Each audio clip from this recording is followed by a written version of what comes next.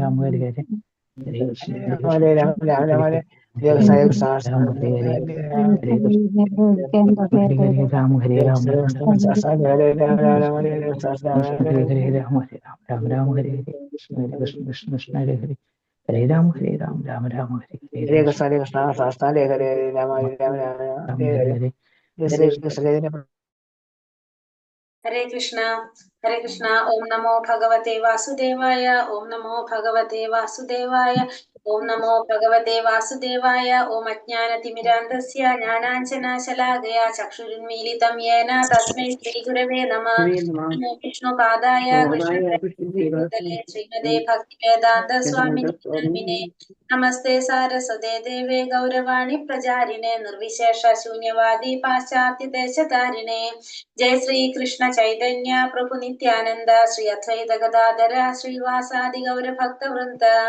ഹരേ കൃഷ്ണ കൃഷ്ണ കൃഷ്ണ ഹരേ ഹരേ ഹരേ രാമ രാമ രാമ ഹരേ ഹരേ. ഹരേ കൃഷ്ണ നിഗമകൽപതരോഗളിതം ഫലം സുഖമുഖാമൃതദ്രവ സംയുതം പിബത ഭാഗവതം രസമാലയം മുഹുരഹോ രസികാ ഭുവി ഭാവുകാഃ.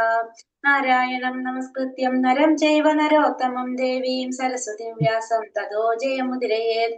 നഷ്ടപ്രായേഷു ഭദ്രേഷു നിത്യം ഭാഗവത സേവയ ഭഗവതേ ഉത്തമ ശ്ലോകേ ഭക്തിർഭവതി നൈഷ്ടകീ. കൃഷ്ണായ വാസുദേവായ ദേവകീ നന്ദനായ ച നന്ദഗോപകുമാരായ ഗോവിന്ദായ നമോ നമഃ. ഹരേ കൃഷ്ണ കൃഷ്ണ കൃഷ്ണ ഹരേ ഹരേ ഹരേ രാമ രാമ രാമ ഹരേ. ഹരേ കൃഷ്ണ. ശ്രീ ശ്രീ രാധാ ഗോവിന്ദ് ടെമ്പിൾ ഇസ്കോൺ മാംഗ്ലൂരിന്റെ ഭാഗവതം ക്ലാസ്സിലേക്ക് എല്ലാവർക്കും സ്വാഗതം. ഹരേ കൃഷ്ണ. എല്ലാവർക്കും പ്രണാമം.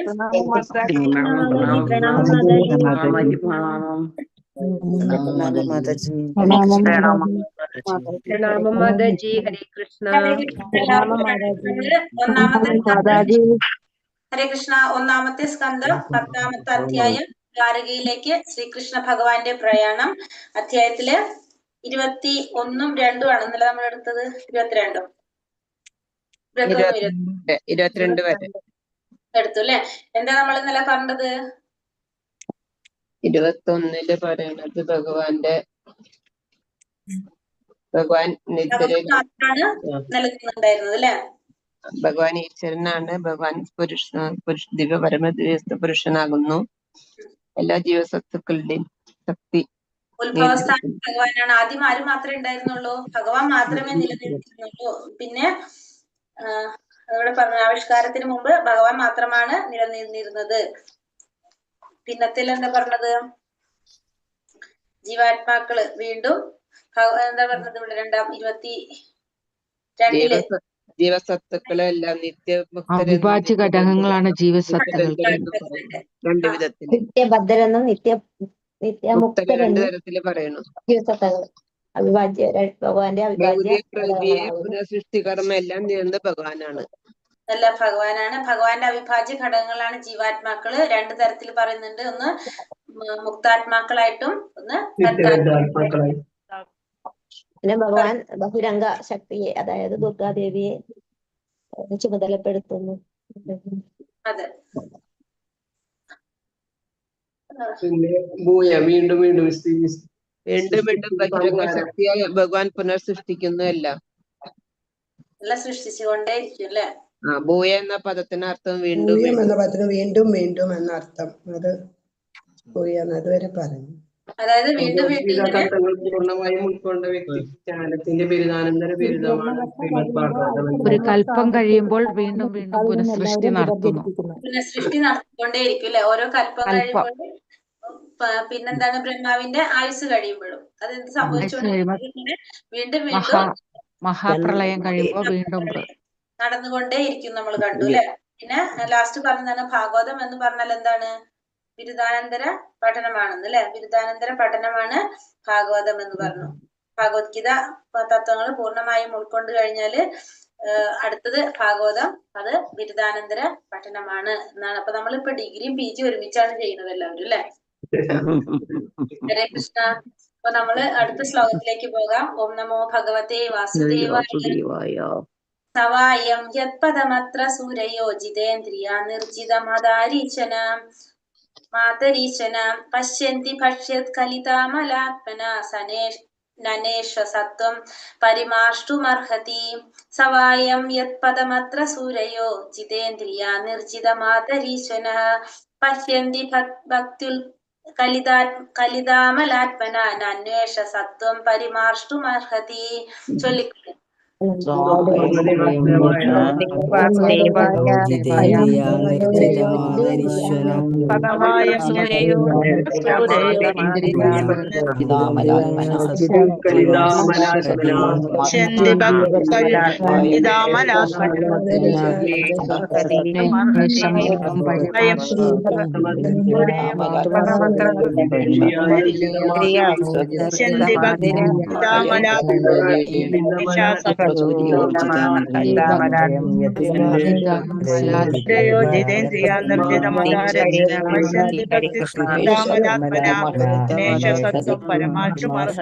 ഹരേ കൃഷ്ണ.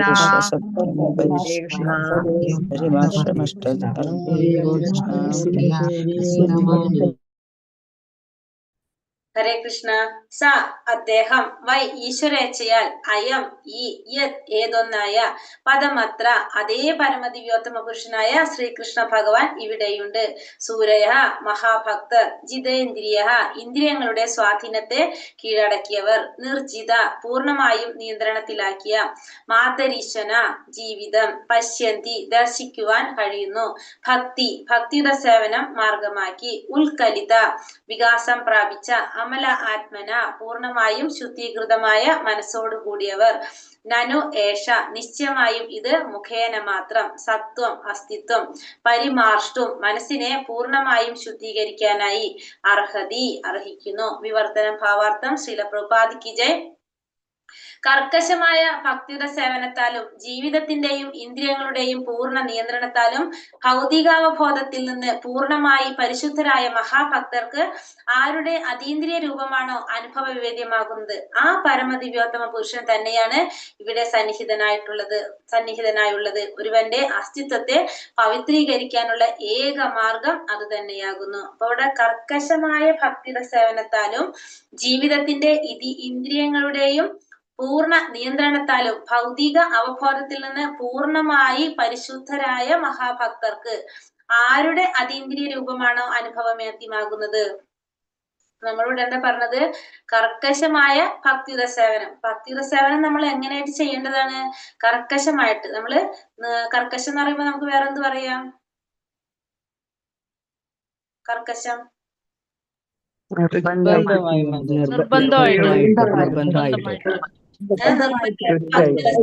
എന്തായാലും കർക്കശമായി എന്ന് പറയുന്നത് അവിടെ ഭക്തിയുടെ സേവനം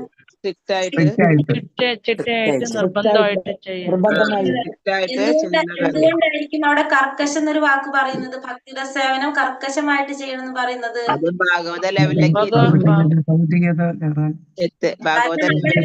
ആഗ്രഹിക്കുന്നതാണ്. നമ്മള് ഭയങ്കര സുഖം, നമ്മുടെ ഇന്ദ്രിയ സുഖമാണ് നമ്മൾ എപ്പോഴും ആഗ്രഹിക്കുന്നത് അല്ലെ? നമ്മൾ അതുകൊണ്ട് എന്ത് ചെയ്യാൻ നമ്മൾ താല്പര്യപ്പെടുണ്ടാവില്ല? ഭക്തിയുടെ സേവനം ചെയ്യാനായിട്ട് നമുക്ക് താല്പര്യം ഉണ്ടാവില്ല. കാരണം നമുക്ക് എപ്പോഴും എന്താണ് ആഗ്രഹം? നമ്മുടെ ഇന്ദ്രിയങ്ങളെ സന്തോഷത്തിനനുസരിച്ച് പ്രവർത്തിക്കാനാണ് നമുക്ക് ഇഷ്ടം.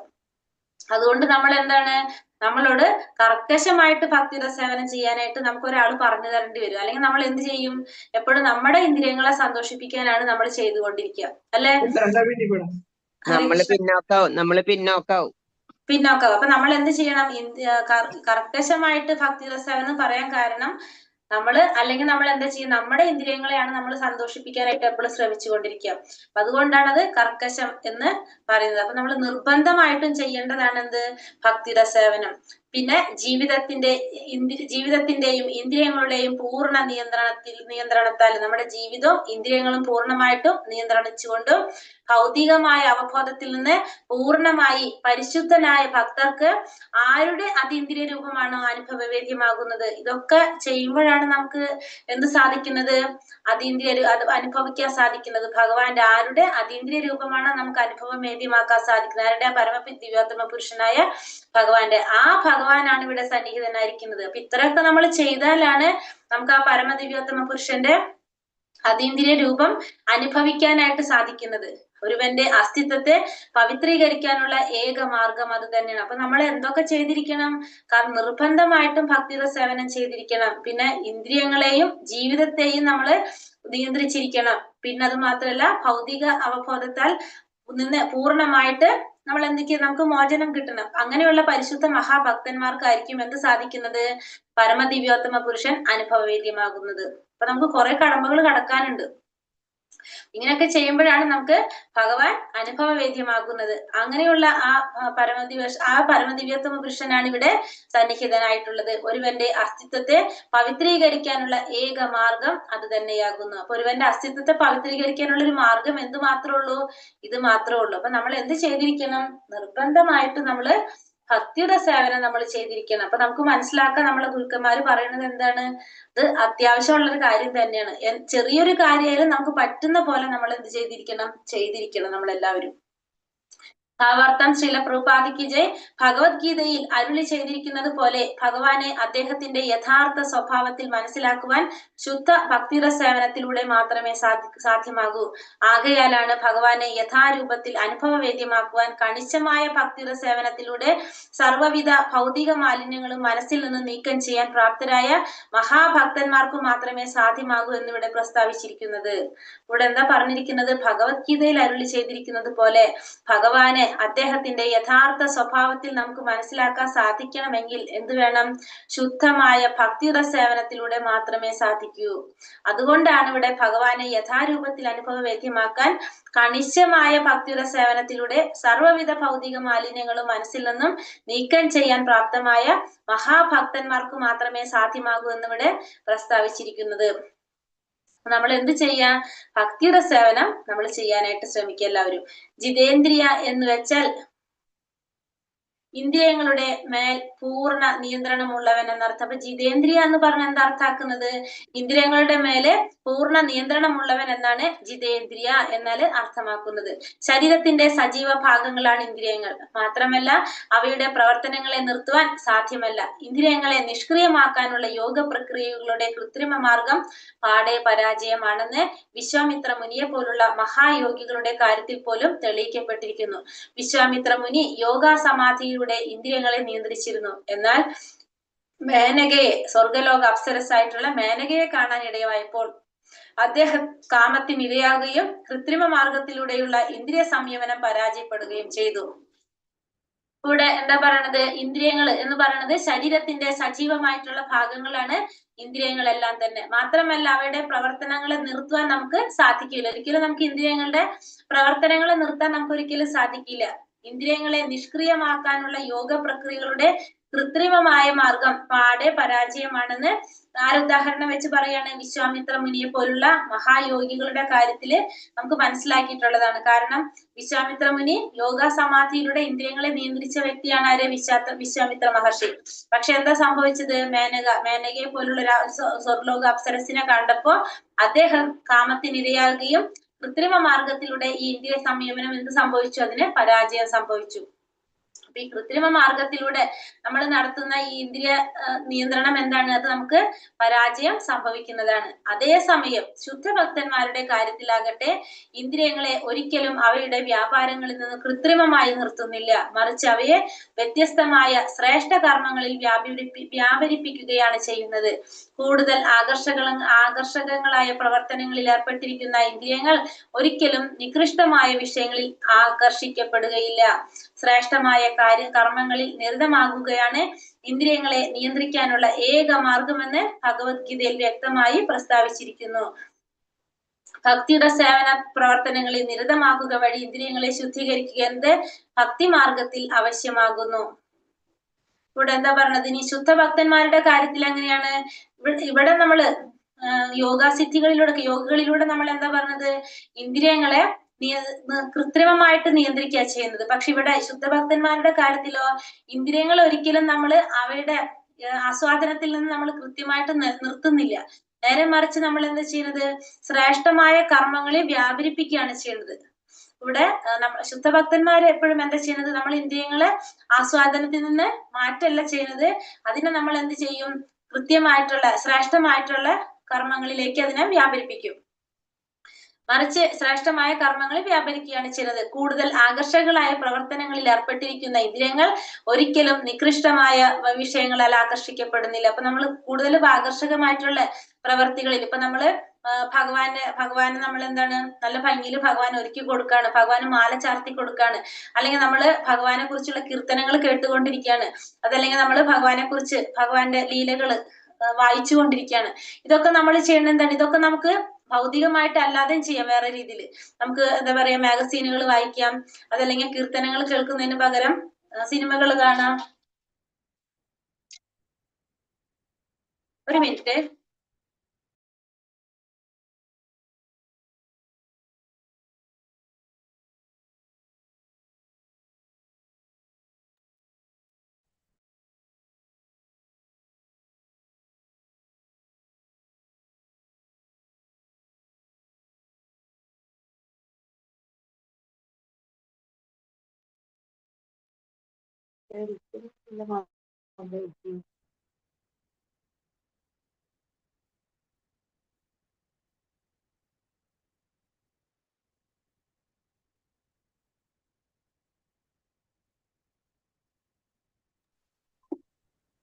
ഹരേ കൃഷ്ണ.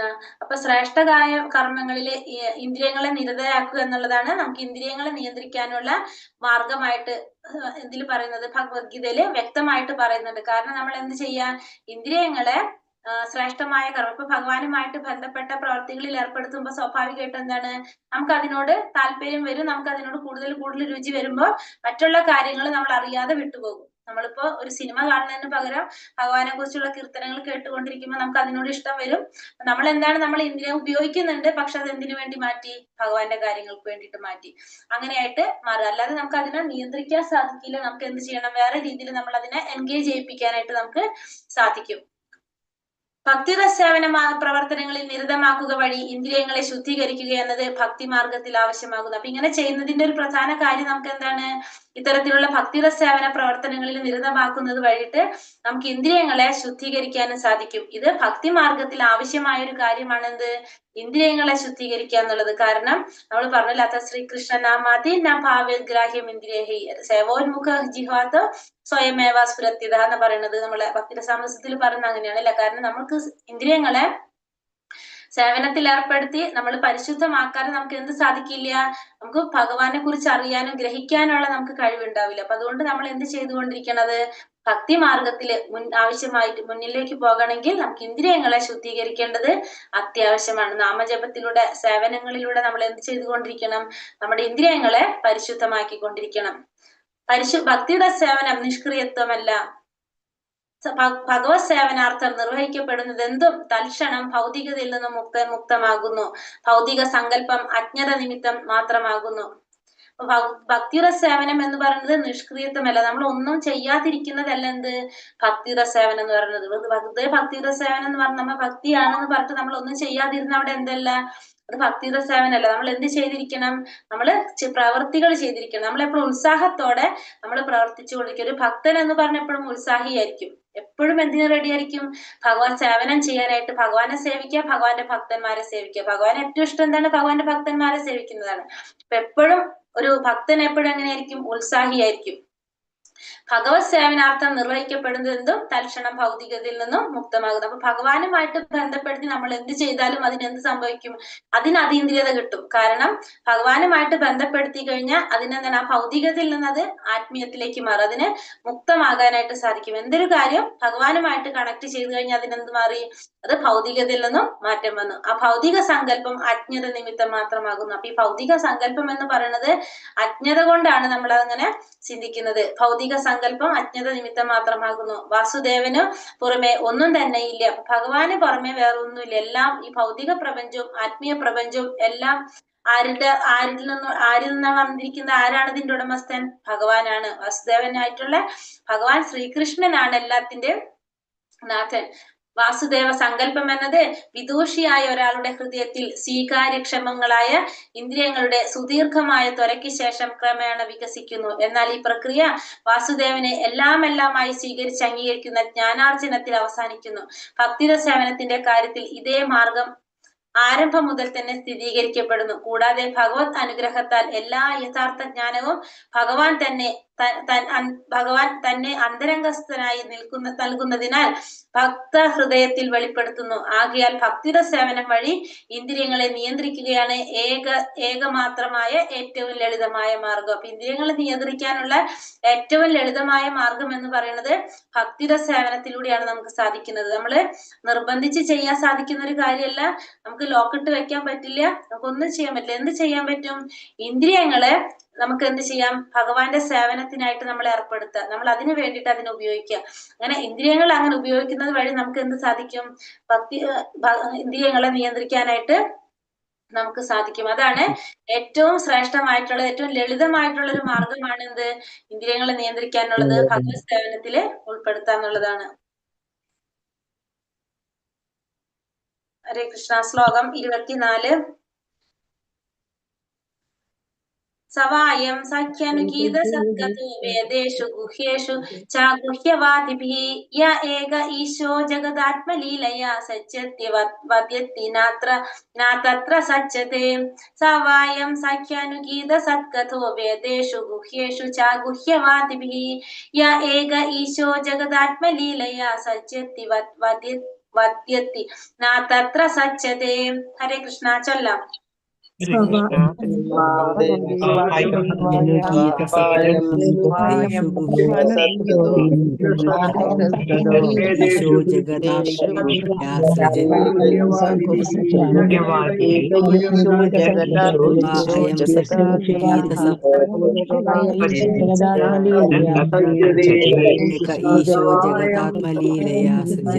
ഈശോ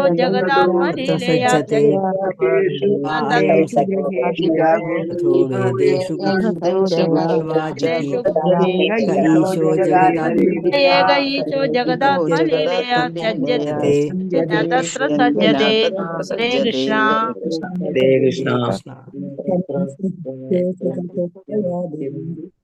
ഹരേ കൃഷ്ണ. സ അദ്ദേഹം, വൈ അയം ഇത്, സഖി ഹേ സഖി, അനുഗീത വിവരിച്ചു, സത്കഥ ഉദാത്തമായ ലീലകൾ, വേദേഷു വേദസാഹിത്യങ്ങളിൽ, ഗുഹ്യേഷു അതീവ രഹസ്യമായി, ച അപ്രകാരവും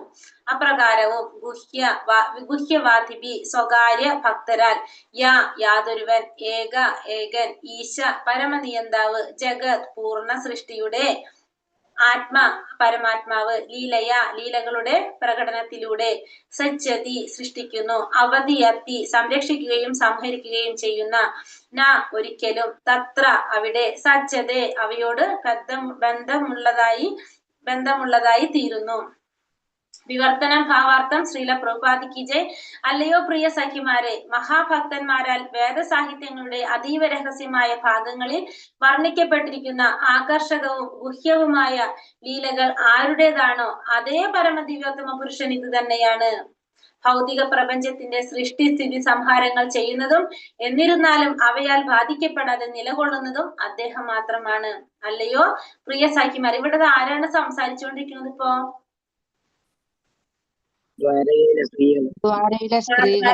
സ്ത്രീകൾ അല്ലെ, അവര് തമ്മിൽ പറഞ്ഞുകൊണ്ടിരിക്കുകയാണ്. അപ്പൊ എന്താ പറഞ്ഞത്? അല്ലയോ പ്രിയ സഖിമാരെ, മഹാഭക്തന്മാരാൽ വേദസാഹിത്യങ്ങളുടെ അതീവ രഹസ്യമായ ഭാഗങ്ങളിൽ വർണ്ണിക്കപ്പെട്ടിരിക്കുന്ന ആകർഷകവും ഗുഹ്യവുമായിട്ടുള്ള ലീലകൾ ആരുടേതാണോ അതേ പരമദിവ്യോത്തമ പുരുഷൻ ഇത് തന്നെയാണ്. അപ്പൊ ഈ പറഞ്ഞിരിക്കുന്ന വേദസാഹിത്യങ്ങളിൽ അതീവ രഹസ്യമായി ഭാഗങ്ങളിൽ വർണ്ണിക്കപ്പെട്ടിരിക്കുന്നതും പിന്നെ അതുപോലെ തന്നെ അത്യാകർഷകമായിട്ടുള്ളതും രഹസ്യമായിട്ടുള്ള ലീലകളെല്ലാം ആരുടേതാണോ ആ പരമദിവ്യോത്തമ പുരുഷൻ ആരാണ്?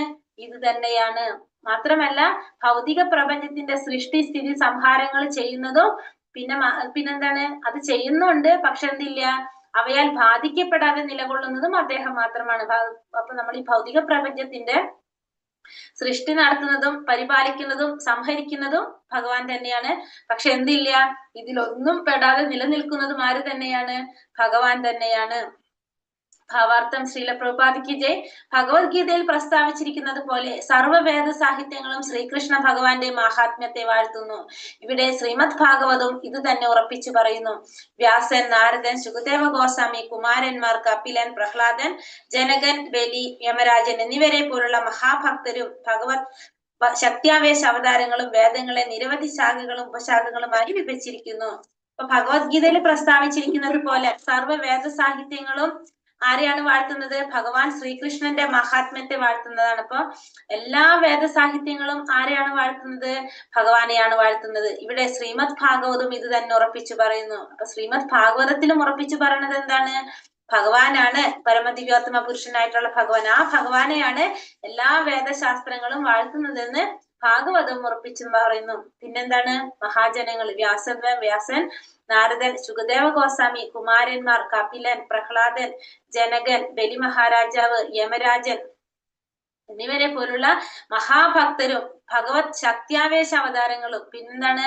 ശക്തിയാവേശ അവതാരങ്ങളും വേദങ്ങളെ നിരവധി ശാഖകളും ഉപശാഖകളുമായി വിഭജിച്ചിരിക്കുന്നു. അപ്പൊ ഈ വേദങ്ങളെ പലതര ശാഖകളായിട്ടും ഉപശാഖകളായിട്ടും വിഭജിച്ചു. എന്നാൽ ശ്രീമദ് ഭാഗവതത്തിൽ പ്രത്യേകിച്ച് ഭഗവാന്റെ വിശ്വസ്ത ഭക്തനായ ശുകദേവ ഗോസ്വാമി അദ്ദേഹത്തിന്റെ കർമ്മങ്ങളുടെ ഗുഹ്യമായ ഭാഗങ്ങൾ വർണ്ണനം ചെയ്തിരിക്കുന്നു. അപ്പൊ ശ്രീമദ് ഭാഗവതത്തിന്റെ പ്രത്യേകത എന്താണ്? ശ്രീമദ് ഭാഗവതത്തില് ഭഗവാന്റെ ഭക്തനായിട്ടുള്ള ശുകദേവ ഗോസ്വാമി അദ്ദേഹത്തിന്റെ കർമ്മങ്ങളുടെ ഗുഹ്യമായ ഭാഗങ്ങൾ വർണ്ണനം ചെയ്തിരിക്കുന്നതാണ് എന്ത്? ശ്രീമദ് ഭാഗവതത്തില് ഭഗവാന്റെ ലീലകള്, ഭഗവാന്റെ ഭഗവാന്റെ ലീലകളുടെ രഹസ്യമായിട്ടുള്ള ഭാഗങ്ങളൊക്കെ വർണ്ണനം ചെയ്തിരിക്കുന്നത് ഇതിലാണ്? ശ്രീമദ് ഭാഗവതത്തിലാണ്. വേദാന്ത സൂത്രങ്ങളിലോ അഥവാ ഉപനിഷത്തുകളിലോ ഭഗവത് ലീലകളുടെ രഹസ്യമായ ഭാഗങ്ങളുടെ സൂചന മാത്രമേ ഉള്ളൂ. ഉപനിഷത്തുകൾ പോലുള്ള വേദസാഹിത്യങ്ങളിൽ അസ്തിത്വത്തെ കുറിച്ചുള്ള ഭൗതിക ധാരണയിൽ നിന്ന് ഭഗവാനെ വ്യക്തമായി വേർതിരിച്ചിരിക്കുന്നു. ഭഗവാന്റെ വ്യക്തിത്വം പൂർണ്ണമായും അതീന്ദ്രിയമാണ്. ആകയാൽ അദ്ദേഹത്തിന്റെ രൂപനാമം, ഗുണങ്ങൾ, പരിവാരങ്ങൾ തുടങ്ങിയ എല്ലാം തന്നെ ജഡത്തിൽ നിന്നും വിശദമായി വേർതിരിച്ച് വിവരിച്ചിരിക്കുന്നു. അതുകൊണ്ട് അല്പബുദ്ധികൾ ചിലപ്പോൾ അദ്ദേഹത്തെ അരൂപിയായി തെറ്റിദ്ധരിക്കുന്നു. എന്നാൽ യഥാർത്ഥത്തിൽ അദ്ദേഹം പരമപുരുഷനാകുന്നു, ഭഗവാനാകുന്നു. മാത്രമല്ല അദ്ദേഹം പരമാത്മാവ് അല്ലെങ്കിൽ അവ്യക്തിഗത ബ്രഹ്മം എന്ന നിലയിൽ ഭാഗികമായി പ്രതിനിധീകരിക്കപ്പെടുന്നു. ഇവിടെ മറ്റുള്ള ഗ്രന്ഥങ്ങൾ എങ്ങനെ പറയുന്നത്? ഭാഗവതത്തിൽ നിന്ന് വ്യത്യസ്തമായിട്ട് പറയാൻ കാരണം വേദസൂത്രങ്ങളിലോ ഉപനിഷത്തുകളിലോ ഭഗവത് ലീലകളുടെ രഹസ്യമായ ഭാഗങ്ങളുടെ സൂചന മാത്രമേ നൽകുന്നു. അപ്പൊ ഈ വേദാന്ത സൂത്രങ്ങളിലായാലും ഉപനിഷത്തുകളിലായാലും എന്താണ്? ഭഗവാന്റെ ലീലകള് വിശദമായിട്ട് പറയുന്നില്ല ഒന്നിലും. അതിലൊക്കെ ഭഗവാന്റെ ലീലകളുടെ രഹസ്യമായിട്ടുള്ള ഭാഗങ്ങളുടെ സൂചന മാത്രമേ അതിലൊക്കെ കൊടുക്കുന്നുള്ളൂ.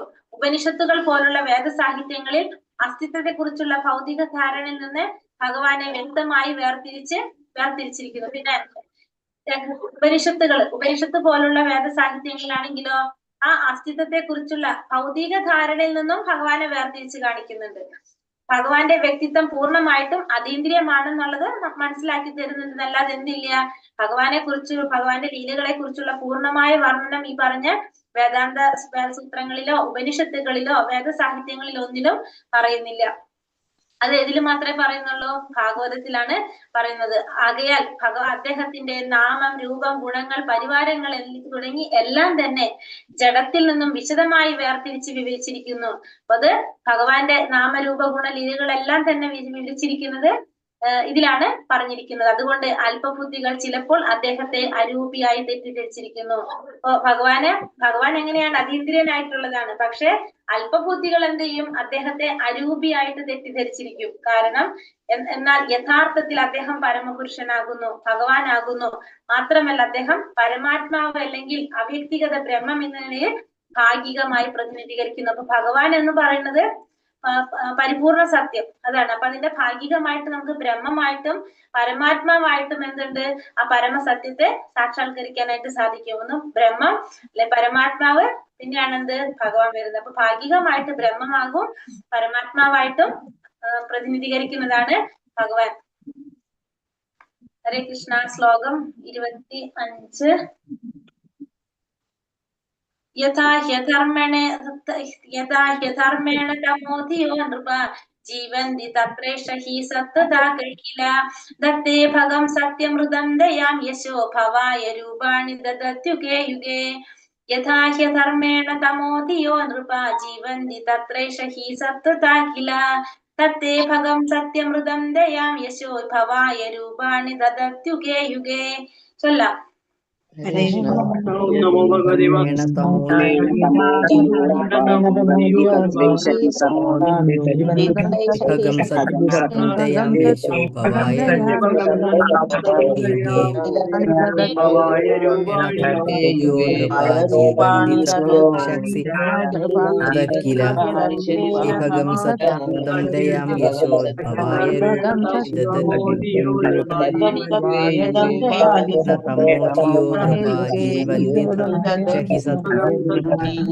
तक्षहि भगं सत्यं दयां यशो